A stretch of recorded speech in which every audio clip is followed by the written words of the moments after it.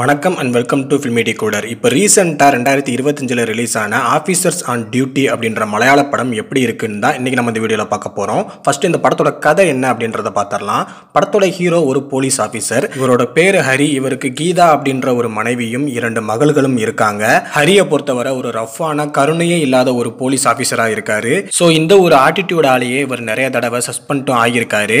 அப்படி ஒரு நாள் ஒரு செயின் வழக்கை அவர் கையில் எடுத்து அந்த வழக்கை அவர் தீவிரமாக விசாரிக்கும் போது அந்த வழக்குக்கு பின்னாடி ஒரு மிகப்பெரிய வில்லன் கேங் இருக்கிறது அவருக்கு தெரிய வருது. அண்ட் அது மட்டும் இல்லாம வில்லன் கேங்குக்கும் இவருக்கும் ஏற்கனவே ஒரு பகை இருக்கு. அந்த பகை என்ன அப்படின்றது நீங்க படம் பார்த்து தெரிஞ்சுக்கோங்க. ஸோ இதுக்கப்புறமா படத்தோட இறுதியில் அவர் அந்த வில்லன்களை எப்படி கண்டுபிடிச்சாரு, எப்படி சிறைப்பிடிச்சாரு அப்படிங்கிறது தான் இந்த படத்தோட ஒன்லைன் ஸ்டோரியாவே இருக்கு. படம் ஃபர்ஸ்ட் ஹாஃப் செகண்ட் ஹாஃப் ரெண்டுமே தரமா இருக்கு.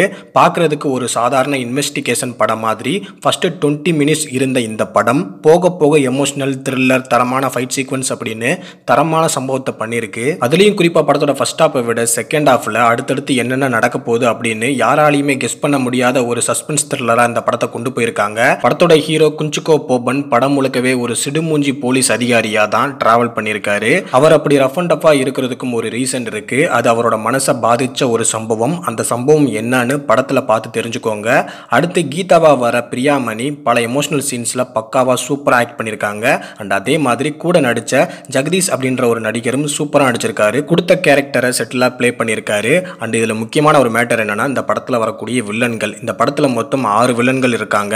பொதுவாக இந்த மாதிரியான கிரைம் த்ரில்லர் படங்கள்ல வில்லன்களோட கேரக்டர் எவ்வளவு ஸ்ட்ராங்கா இருக்கோ அந்த அளவுக்கு படம் ஸ்ட்ராங்கா இருக்கும். ஸோ அந்த வகையில இந்த படத்துல இருக்கிற இந்த 6 வில்லன்களுமே தரமான சம்பவத்தை பண்ணியிருக்காங்க. இவங்க வரக்கூடிய காட்சிகளை பார்க்கும்போது இவங்க மேல நம்மளுக்கு ஒரு வெறுப்பு கிரியேட் ஆகுது. அந்த அளவுக்கு இவங்களோட கதாபாத்திரம் இருக்கு. ஸோ அவங்களுக்கு கொடுக்கப்பட்ட ரோலை சூப்பரா ப்ளே பண்ணியிருக்காங்க. அண்ட் இதில் ஒரு முக்கியமான விஷயம், படம் எந்த இடத்துலையும் போர் அடிக்கவே இல்லை. அண்ட் இதை தவிர பார்த்தீங்கன்னா ஜித்து அஸ்ரப் அப்படின்றவர் தான் இந்த படத்தோட டைரக்டர்.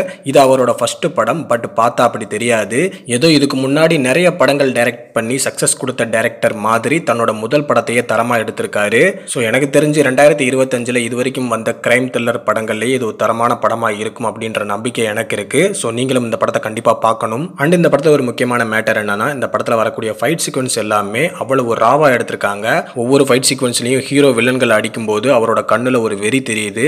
ஸோ ஒரு இன்டென்ஷனோட இந்த ஃபைட் சீக்வன்ஸ் அவங்க மேக் பண்ணியிருக்காங்க. ஸோ ஃபைட் சீக்வன்ஸ் எல்லாம் தரமாக இருக்கு. ப்ரோ படத்தில் நெகட்டிவ் இல்லையா அப்படின்னு கேட்டிங்கன்னா படத்தில் பெருசாக எந்த ஒரு நெகட்டிவுமே இல்லை. படத்துக்கான ஒரே ஒரு நெகட்டிவ் என்னன்னா படம் தமிழ் டப்பிங்கில் இன்னும் ரிலீஸ் ஆகலை. அது இந்த படத்தை பார்க்கணும்னு நினைக்கிற தமிழ் ஆடியன்ஸுக்கு ஒரு பேட் நியூஸ். பட் இல்லை ப்ரோ எனக்கு மலையாளம் ஓரளவுக்கு புரியும், நான் படத்தை பார்க்க போகிறேன் அப்படின்னு சொல்கிறவங்களுக்கு ஆல் த பெஸ்ட். படத்தை பாருங்கள்.